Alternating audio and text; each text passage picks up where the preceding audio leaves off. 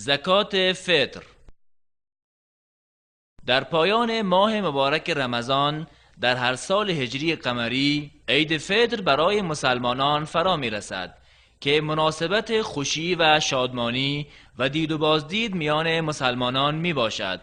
و در این عید الله تعالی بر هر مسلمانی که شب و روز عید را دریافته زکاتی واجب گردانیده. در روز عید و یا شب عید مالک یک صاع و پیمانه مواد غذایی چون برنج، خرما و گندم اضافه از خوراک‌های خانواده‌اش اگر شد و یک صاع تقریباً برابر با 2 کیلو و 40 گرم است پرداخت می‌کند.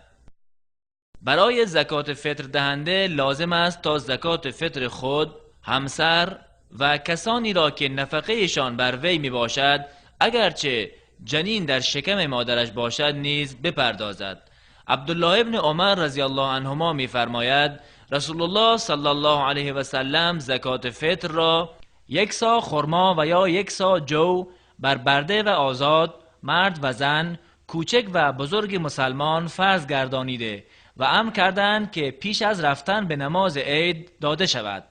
و بهترین وقت دادن زکات فطر روز عید است که پس از طلوع فجر و پیش از ادای نماز عید داده شود و تقدیم آن 1 روز و یا 2 روز قبل از عید نیز جایز است، زیرا که صحابه کرام چنین کردند و تأخیر کردنش تا بعد از نماز عید جواز ندارد، به دلیل حدیث ابن عباس رضی الله عنهما که آمده است کسی که قبل از نماز عید ادا کرد زکات قبول شده است و کسی که بعد از نماز عید ادا کرد صدقه ای از صدقات می باشد.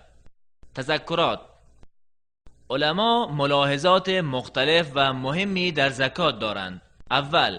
اصل در زکات جدا کردن از خود همان چیزی که زکاتش واجب شده می باشد،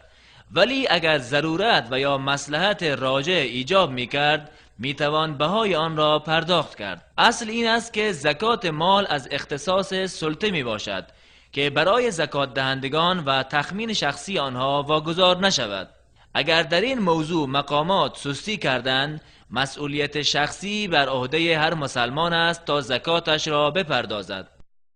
علما سرمایه گذاری اموال زکات در پروژه های منفعتبار به مستحقین زکات را جواز دادند اگر وضعیت عاجل برای صرف اموال زکات موجود نباشد. همانطوری که زکات حق دوره‌ای معین در مال است، حقوق دیگری غیر از زکات نیز بر اموال می باشد که صفت عارضی داشته و مقدارش معین نیست و مانند زکات نیز ثابت نمی باشد و به علت وجود مال واجب نمی شود، بلکه به عوامل و اسباب عارضی که مال در آن شرط است واجب می گردد و از مثالهای آن نفقه والدین، نزدیکان و همسر می باشد. از مثالهای آن اموالی که برای دفع ضرر هنگام فاجعه ها جمع آوری می شود اگر عایدات بیت المال کفایت آن را نکند.